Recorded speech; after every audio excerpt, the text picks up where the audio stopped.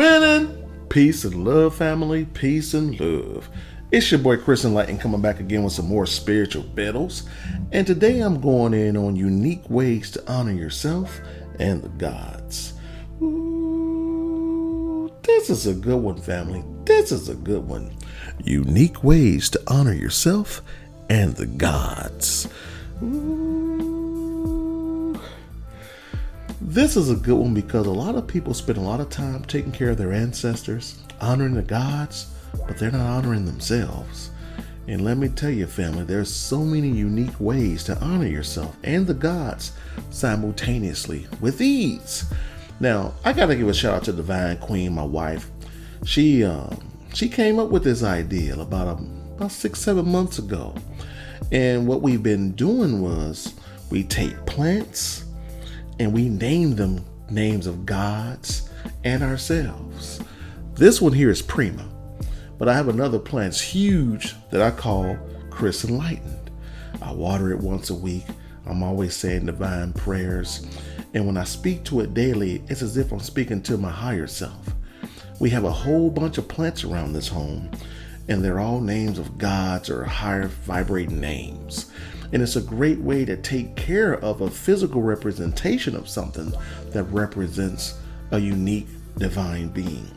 So I'm here to tell you, family, you want to have some spiritual ingenuity. Come up with ways that work for you to help you honor higher vibratory forces out there. You know, when I'm watering Prima, when I'm watering Lakshmi, when I'm watering Ogun, when I'm watering Chris Enlightened, when I'm honoring Divine Queen, when I'm watering Thoth, it feels good. It feels good. You know, when I wake up, the first thing I do is say what's up to all the gods and my higher selves. How you doing, Prima? How you doing? You doing good? That's what's up. I see you growing. Prima started out one leaf. I took her from one leaf and I rooted her, and you know, Prima's doing her thing now. You know what I mean?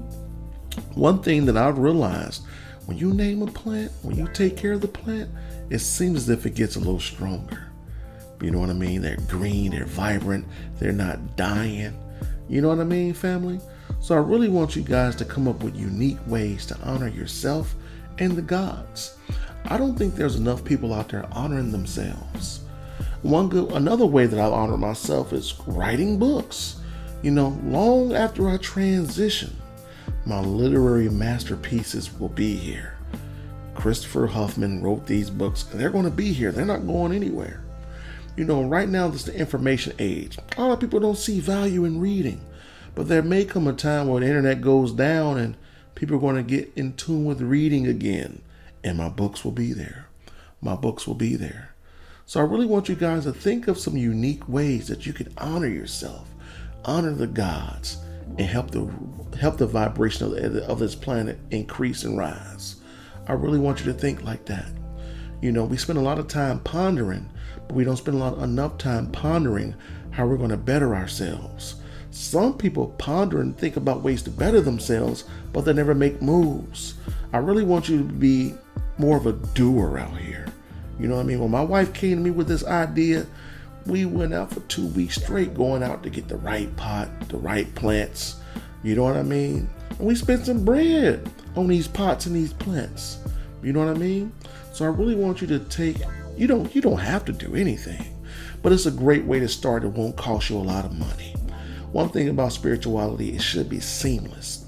I don't want you to think your spiritual practices are something that you do at 7 o'clock every day. It should encompass your life. It should become you. It should be a part of you. It should be an extension of your daily life. Everything that I do is spiritual. People know me. People know me now. They wouldn't even recognize the old Chris Enlightened. They wouldn't recognize the drunk, the weed smoking, the cussing Chris Enlightened. They wouldn't recognize the Chris Enlightened that embraced poverty consciousness. But people that knew me then and know me now, it trips them out on who I am today, how I don't curse, how I no longer accept barnyard vernacular around me. Because if you're on the phone with me, I'm giving you a consultation and you cuss, you got one time. I say, hey, you've already paid me. If you cuss again, this conversation's over. Respect me enough to not curse while you're on the phone with me.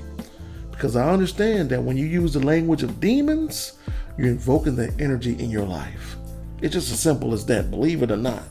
When people curse, when there's big pockets or areas where a lot of people curse, violence, poverty, all that stuff runs rampant. But when people out here winning, smiling, loving, winning, peace and love, the energy is different. Different doors of opportunity happens. You attract different particles of consciousness to you. You know what I mean? When you embrace darkness and negativity, you attract particles of darkness. Not all darkness is bad, but not all darkness is good either. You know what I mean, family? So I really want you to think of some unique ways to embrace your higher self and the gods. This is one easy way to do it. Get a plant, put it in some dirt, water it, and give it a name of yourself, your higher self, and a god. And you let me know what happens. So on that note, family, it's your boy Chris Enlightened. I'm out here winning. If you want to support me, go out to Amazon.com, purchase any of my 5 books: Poverty Consciousness, The Enlightened Taught, Wealth Consciousness, Consciousness Equals Choice, and Dissolving Your Limitations. So you already know what I'm doing. I'm out here winning.